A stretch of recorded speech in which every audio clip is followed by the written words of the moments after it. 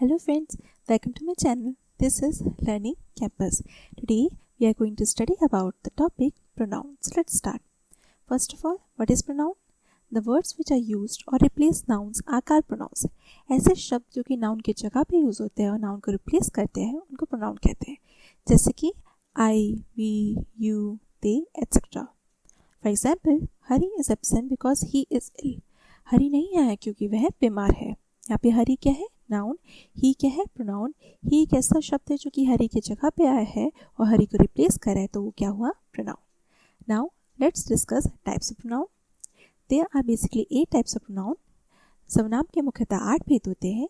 चलिए एक short trick देख के उसे याद करने की कोशिश करते हैं. शॉर्ट ट्रिक क्या है?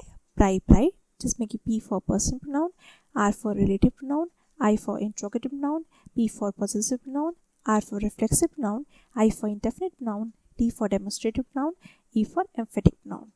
Now, let's discuss these pronouns one by one. First, person pronoun. It is used for a specific object or person. It is used for person जैसे कि first person, second person, third person. ये किसी specific object और किसी specific person के लिए use होते हैं जैसे कि I, me, we, us, you, he, etc. For example, I am going to Shimla. मैं शिमला जा रही हूँ. यहाँ पे I क्या है? फर्स्ट पर्सन है और पर्सनल प्रोनाउन है. Second, reflexive pronoun. Reflexive pronouns are those which ends with self और selves. Here the object and subject are same in the sentence. Reflexive pronoun वो होते हैं जो कि सेल्फ और सेल्व्स पे एंड होते हैं, खत्म होते हैं, और यहाँ पे ऑब्जेक्ट और सब्जेक्ट सेंटेंस का सेम होता है, जैसे कि my self, our self, your self etcetera. For example, he completed his homework himself. उसने अपना होमवर्क खुद किया. तो यहाँ पे ही क्या है? सब्जेक्ट. हिमसेल्फ क्या है? रिफ्लेक्सिव प्रोनाउन है क्योंकि ये सेल्फ पे खत्म हो रहा है और यहाँ पे सब्जेक्ट और ऑब्जेक्ट सेंटेंस का सेम है. थर्ड क्या है? Interrogative pronoun. They are used to ask questions. Interrogative pronoun बहुत इजी है क्योंकि ये क्वेश्चन पूछने का काम करता है और सेंटेंस के स्टार्टिंग में लगता है और यहाँ पे क्वेश्चन मार्क पे आता है, जैसे कि who, whom, whose, which etcetera. For example, whom did you meet? आप किससे मिले? तो whom क्या है? इंट्रोगेटिव प्रोनाउन है क्योंकि ये क्वेश्चन पूछने का काम कर रहा है और सेंटेंस के स्टार्टिंग में आया है. 4, possessive pronoun. It is used to show property of someone. किसी प्रॉपर्टी शो करना, किसी की पॉसेसिवनेस शो करना, उसे क्या कहते हैं? पॉसेसिव प्रोनाउन कहते हैं, जैसे mine, ours, yours, his etcetera. For example, this pen is mine. ये मेरा पेन है.